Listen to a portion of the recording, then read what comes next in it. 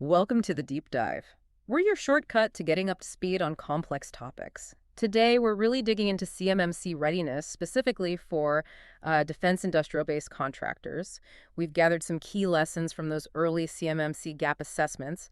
Our mission, really, is to pull out what people are learning the hard way, hopefully saving you some headaches down the line. And it sounds like there are some surprises, even for companies that felt pretty prepared. Oh, absolutely. These aren't just, paper exercises anymore. A lot of contractors are well into the process of finding their cybersecurity gaps. And the real-world lessons coming out of that, they're proving incredibly valuable for anyone else starting the certification journey. Okay, so let's dive right in. There's a big one right off the bat, isn't there? You'd assume having policies written down is, well, maybe not easy, but straightforward. But these early assessments show that's not quite right. Written policies aren't enough. Yeah, it's a classic trap, honestly. What's really striking is companies often do have good policies documented, but the C3PAOs, the auditors, they're trained to look way beyond just reading your system security plan, your SSP.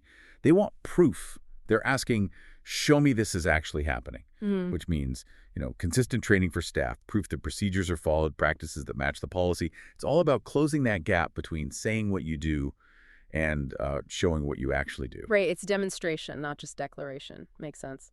And speaking of demonstrating things, these assessments are uncovering some pretty serious practical hurdles, too, like evidence collection is a heavy lift. People are finding this takes way more effort than expected. It really is.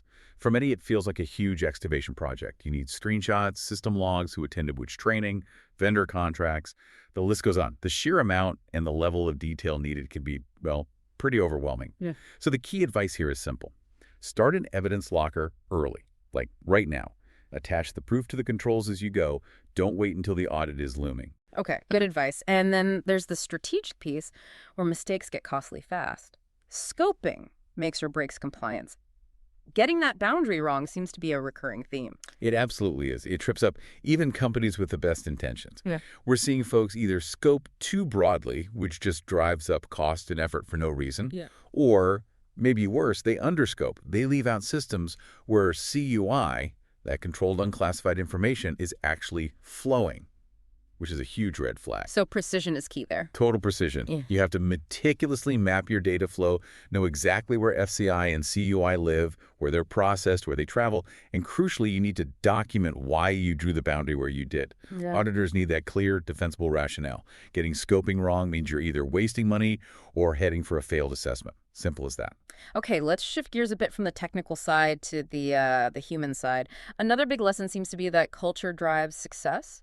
It sounds like treating CMMC as just an IT problem is a recipe for struggle. That's exactly what we're seeing. It's really quite transformative when you look at it.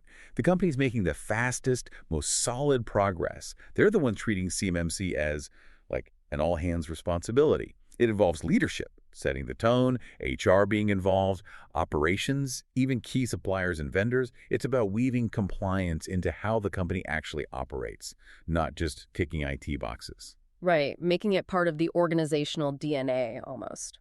Now, let's tackle a common misunderstanding. PONMs have limits.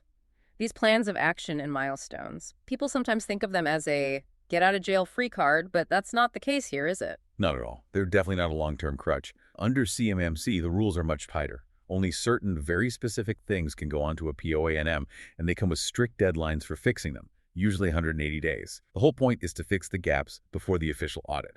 You can't rely on POANMs to pass the assessment itself. It's about being ready, not deferring the work. Okay, that's a critical clarification.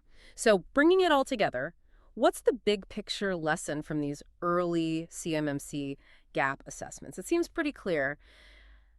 Readiness takes, well, a lot more time and focused effort than many contractors thought. Starting early, documenting everything meticulously, and really building that company-wide culture of compliance, those seem to be the keys. Exactly. And, these gap assessments, they shouldn't just be seen as a hurdle to jump over. They're actually a huge strategic opportunity, a chance to genuinely strengthen your cybersecurity, which in the end makes you a stronger, more trusted partner in the whole DoD supply chain. It's a business benefit, really. That's a great final thought. So for everyone listening, take a moment, think about how these lessons learned the hard way by others might apply to you. It goes beyond just CMMC compliance. It's really about building a truly resilient cybersecurity foundation.